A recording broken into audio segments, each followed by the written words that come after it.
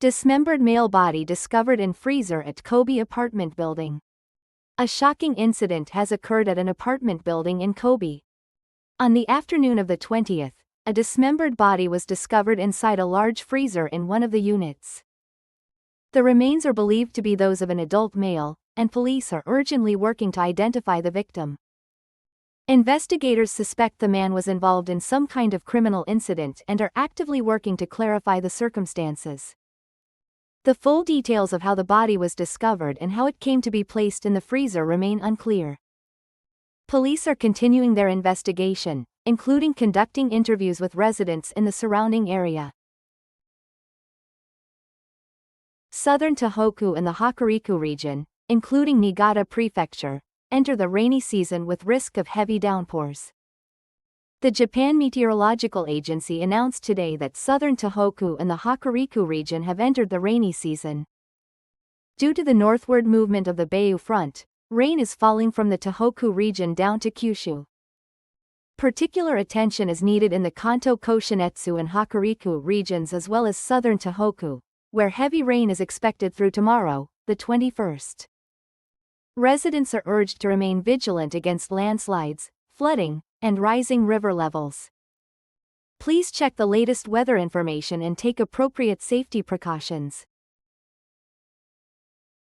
New discussions to begin next month on crime victims' involvement in pre-trial proceedings. A new debate is beginning over how much crime victims can participate in legal proceedings. Currently, pre-trial preparatory procedures, which organize the points at issue before trial, are conducted between prosecutors and the defense, but the involvement of victims and bereaved families remains limited. The Ministry of Justice plans to launch a study group next month that will include experts to discuss how victims can participate in these procedures. While there are calls to better reflect victims' voices, balancing this with the efficiency of the proceedings presents a challenge. Based on discussions in the study group, the Ministry of Justice intends to proceed with necessary legislative reforms and other measures. Cutting-edge technology at Soccer World Cup. Can AI capture veteran player Endo Kō's thinking? With the Soccer World Cup approaching, Japan's national team prepares for the tournament. Meanwhile, veteran player Ko Endo surprised the soccer world by announcing his retirement from professional play. It has now come to light that an AI application development company is working on a project to digitize Endo's thinking. Over approximately 2 years, the company has conducted extensive direct interviews, teaching an AI system to learn from the player's experience and decision-making abilities on the field. The goal of this project is to open new possibilities in player development and sports analysis. By preserving the invaluable insights of veteran players through technology for future generations, the initiative is expected to contribute to improving the level of Japanese soccer. The fusion of cutting-edge technology in sports is creating new possibilities. Tokyo Electric Power's partnership negotiations to focus on 5 groups including Japanese and American investment funds and major telecom companies. Tokyo Electric Power Holdings will accelerate negotiations with potential partners as it pursues fundamental improvements to its management. The company has decided to advance talks centered on 5 groups selected from broadly solicited proposals, including Japanese and American investment funds as well as major telecommunications companies. Through partnerships with these firms, Tokyo Electric Power aims to strengthen its management structure and improve operational efficiency. Going forward, the company plans to conduct detailed discussions with each group as it works toward building optimal partnerships for management reconstruction. New device analyzes brainwaves of ALS patients to convey their intentions. Clinical trials expected to begin by 2026. Clinical trials are expected to begin by 2026 for a new device that will help patients with ALS, a disease that gradually paralyzes muscles throughout the body, to communicate. The device, developed by a venture company spun out from Osaka University, analyzes brainwaves through electrodes implanted in the patient's head and transmits the signals to a computer, enabling patients to convey their intentions. According to the company, Patients will be able to input text and express their intentions simply by thinking, which is expected to greatly improve the quality of life for ALS patients. The clinical trial plan has been submitted to the Ministry of Health, Labor and Welfare, and preparations are underway for its implementation. Bill to ensure quality education at part-time and correspondence high schools to be proposed by committee chairman. There is an important development regarding part-time and correspondence high schools. The House of Councilors Committee on Education, Culture, Sports, Science and Technology has decided to submit a bill for amending education-related laws to the House of Councilors plenary session as a chairman's proposal. The bill aims to ensure educational quality at these institutions. Part-time and correspondence high schools play a vital role in providing diverse learning options for students facing various circumstances. The proposed amendment seeks to improve the educational environment at these schools so that all students can receive high-quality education. The specific details of the amendment are expected to become clear through deliberations at the plenary session. Three centrist, constitutional Democratic, and Komeito parties adjust to establish consultation body over merger, but progress remains unclear. In political news, the Democratic Alliance for Reform, the Constitutional Democratic Party, and the Komeito Party are moving forward with plans to establish a new consultation body to discuss issues related to a potential merger among the three parties. The Komeito Party hopes to chart a path toward realizing the merger during the current parliamentary session, but the Constitutional Democratic Party is taking a cautious stance, making it unclear how far negotiations will progress. The three parties face significant differences on policy matters and disagreements over party independence, leaving many obstacles to realizing the merger. Going forward, attention will focus on what kind of agreements can be reached through the consultation body. Government to present outline of Imperial Family Succession Bill on the 22nd, briefing lawmakers and political parties. The government has made significant progress on the issue of stable imperial succession. The speakers and vice speakers of both houses of parliament have given broad approval to the government's draft framework for legislation aimed at securing an adequate number of imperial family members. Following this approval, the government has decided to present an outline of the bill based on the framework to the Speaker of the Diet on the 22nd of next week. At the same time, the government plans to brief all political parties and parliamentary groups. This outline presents concrete measures to stably secure the number of imperial family members and will serve as the foundation for future Diet deliberations. By proceeding according to schedule, the government is steadily working toward resolving institutional challenges in imperial succession. Foreign online brokerage penalized for fraudulently marketing non-NISA products as NISA eligible. The Kanto Financial Bureau has issued an administrative penalty against Mumu Securities, a foreign-affiliated online brokerage, for inappropriate sales practices related to NISA, a tax-advantaged investment program for individual investors. The company falsely marketed financial products that are not eligible under the NISA program as if they were NISA-eligible products, and failed to provide sufficient explanations to customers. This violation comes at a time when NISA adoption has been expanding rapidly, and the company has faced strict enforcement from the perspective of investor protection. The Financial Services Agency continues to demand that all securities companies provide accurate explanations of the program and engage in appropriate sales practices. Kazuhiko Amikawa assumes role as new president of JBIC, pledges support for Japan-US investment.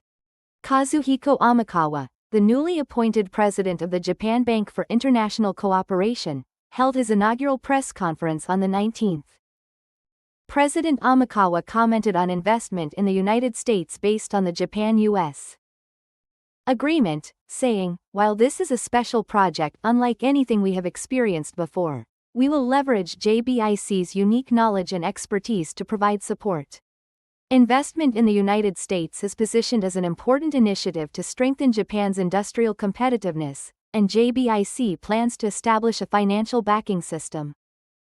President Amikawa expressed his intention to deepen Japan-US economic relations by enhancing specialized support frameworks for large-scale projects in the United States going forward.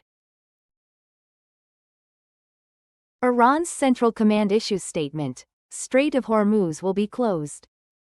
Iran's Central Command issued a statement after 10 p.m. on the 20th stating that the Strait of Hormuz will be closed. Iran claims that the United States has violated a memorandum of understanding in which Iran agreed to end military operations on all fronts, including Lebanon.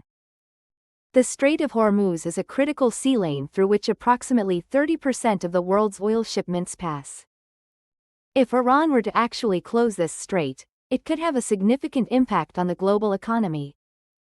Close attention must be paid to how the conflict between the United States and Iran develops going forward.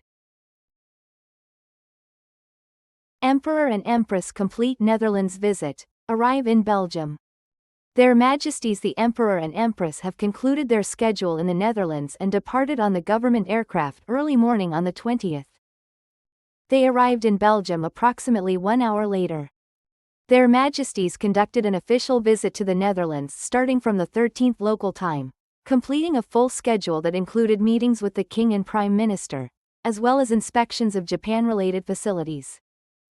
During their visit to Belgium, their Majesties are scheduled to hold talks with the Belgian King and attend various state ceremonies. This European visit represents an important opportunity for international goodwill that their Majesties place great importance on, and it is hoped that this will serve as a catalyst to further deepen Japan's relations with both the Netherlands and Belgium. U.S. envoy and Iranian foreign minister heading to Switzerland, reports say. Focus on whether talks will materialize. New developments are emerging in discussions between the United States and Iran. While talks between the two countries that were scheduled in Switzerland have been postponed, American media are reporting a new development. Trump administration envoy Withoff is heading to Switzerland, and Iran's foreign minister Araghchi is also planning to visit. If both officials' visits materialize, talks are expected to be held in the near future. The U.S.-Iran dialogue is drawing attention as an important opportunity for easing tensions, and the focus now is whether concrete dates for talks will be determined through this contact. U.S.-Iran agreement raises questions about the purpose of the war. A memorandum of understanding signed by U.S. President Donald Trump and Iranian President Masoud Pezeshkian outlines the political, military, and economic consequences that resulted from the mistaken decision made by America and Israel on February 28 of this year to attack Israel. The loss of human life is already evident. Thousands have been killed in Iran and Lebanon, many of them civilians. America, and by extension Israel, has suffered strategic defeat. The Iranian regime faced its worst nightmare when the world's most powerful nation and the Middle Eastern superpower jointly launched military operations to weaken or destroy it. However, as a result, the Iranian regime not only survived, Iran has grown stronger.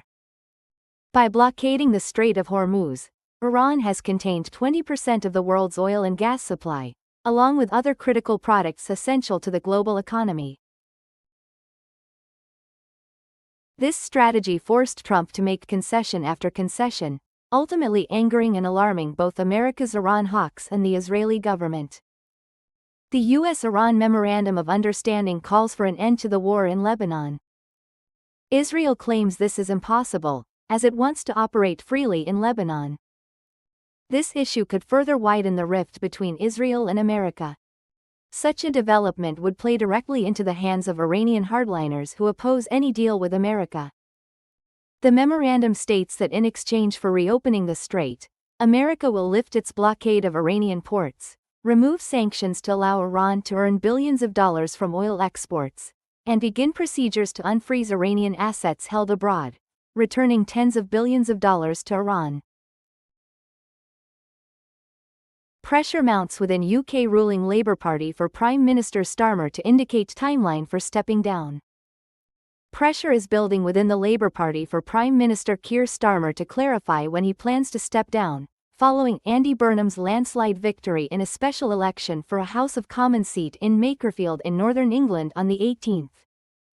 Burnham's win as a Member of Parliament has opened the path for him to trigger a party leadership race. Among Labour MPs, there are calls for Starmer to announce a succession plan and hand over the party leadership to Burnham, the former mayor of Greater Manchester, without holding a leadership contest that could cause turmoil within the party and government.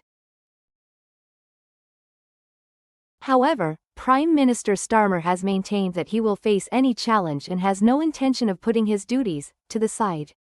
Meanwhile, Burnham's supporters have urged the Prime Minister to reflect over the weekend and listen to the voices of cabinet ministers, MPs, and his family.